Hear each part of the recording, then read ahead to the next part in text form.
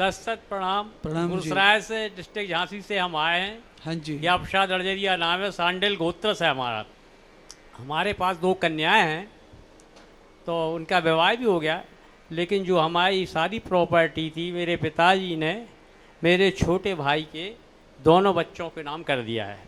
भाई ने, छोटे ने हमसे कहा आप जाओ, तुमने, पिताजी ने हमको कर दिया, अब तुम्हारा यहाँ क्या, तुम 2 साल से घर पे नहीं गए। हम झांसी में बड़ी बच्ची के मकान में रहते हैं, हम खुश हैं, लेकिन घर के लोग बात थोड़े जाते आते नहीं, परेशान रहते हो, तो हम क्या करें उसमें।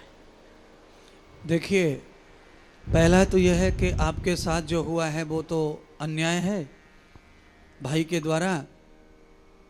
दूसरा यह है कि बेटी और बेटा दोनों समान हैं। अगर आप न्याय चाहते हैं, अन्याय हो रहा है, तो आप उनसे नफरत में हैं, नहीं जाना चाहते उस घर पे भाइयों के साथ। और मैं भी नहीं कहूँगा कि आप जाइए।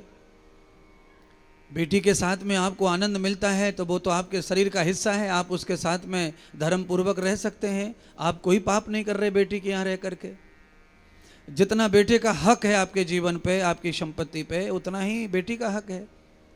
बेटी भी आपको तार सकती है, बेटी भी आपका कल्याण कर सकती है, बेटी भी उद्धार कर सकती है, आपकी सेवा कर सकती है। तो आपकी पत्नी का जो व्यवहार है, पत्नी का जो चिंतन है, वो ऐसा है कि आप आएँ, घर पे आएँ, लौट के आएँ, वहीं परिवार में रहें। और आप अंदर से अब टूट चुके हैं तो आप परिवार में नहीं जाना चाहते हैं।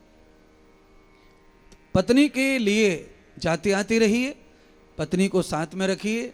बुढ़ापे में ज़रूरत रहती है एक दूसरे की, चाहे बेटी के पास रहो चाहे जहाँ रहो। भाई ने जो नहीं दिया है उसके लिए शोक करने की ज़रूरत नहीं है, क्योंकि दाने दाने पर लिखा है खाने वाले का नाम। ऐसे भी संपत्ति संपत्ति पर लिखा है भोगने वाले का नाम। चाहे भाई ने वो पूरा छिना लिया है तो वो उसके भाग्य में है, ऐसा समझ के खुश रहना है, संतोष रहना है, कभी उसकी याद नहीं करनी है। और आपके जीवन में कभी किसी प्रकार की रोटी सब्जी दाल की दवाई की कमी नहीं आएगी। आप भगवत शरण रहिए। बेटी का भी घर अच्छा ना लगे तो किसी आश्रम संत के यहाँ जाकर भजन कीजिए, आनंद लीजिए, गौ सेवा कीजिए। गौशालाएं इतनी हैं, वहाँ जाके रहिए, छुट्टी का दूध पीजिए, रोटी भी नहीं खानी पड़ेंगी। समाधान जीवन में चाहिए तो आदमी को सत्संग से ही समाधान मिलता है। तो आपने सही सवाल किया। तो आप तनक भी मत जाओ अपने घर पे, जहाँ रहते हो वहाँ, जहाँ खुशी मिले वहाँ जीवन जीना चाहिए। थोड़े दिन की जिंदगी है, उसे खुशी से जियो।